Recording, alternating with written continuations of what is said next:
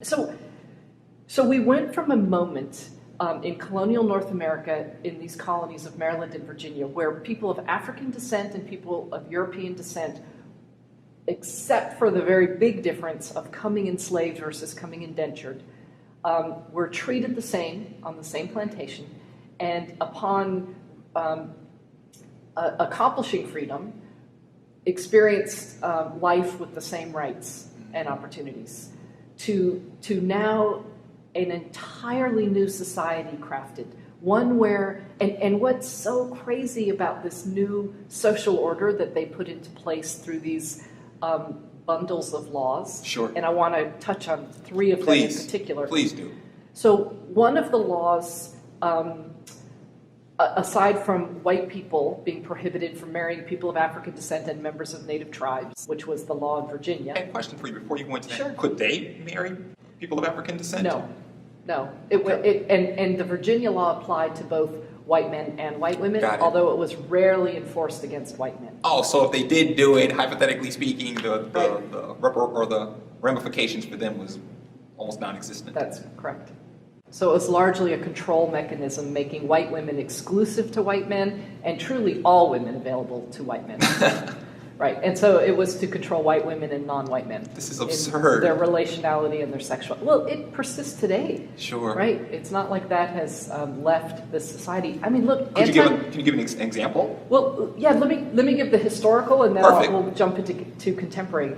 For more than 300 years, this law called the anti-miscegenation law that prohibited white people from marrying always people of African descent and sometimes various others, depending on the demographics of a region, lasted more than 300 years.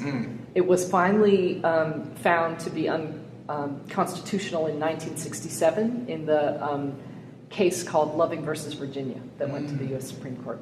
So these ideas about white women worked to shape a notion of them as us as embodying white purity, right? Because white men couldn't. They were sexually assaulting, sometimes having perhaps relationships that weren't of an assault nature with some of the African women that they enslaved. So white women's bodies literally became the way in which whiteness was reproduced.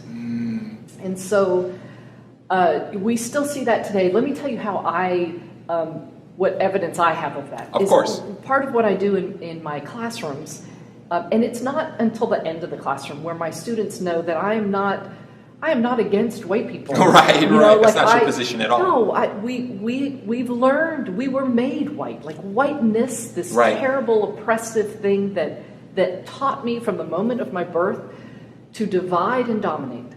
Divide and dominate.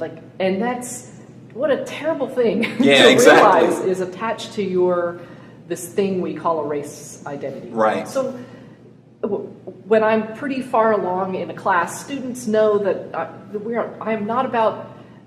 I don't share this information with us so that we can beat up white people. Right.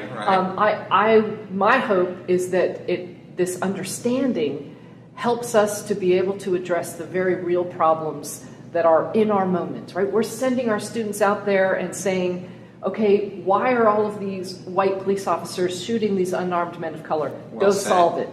They don't have the tools to solve it because they don't understand what created that in the first place. So if I could tag off of that and go back to a couple of the laws that were first passed, I think it helps impress upon us how important this history is to know.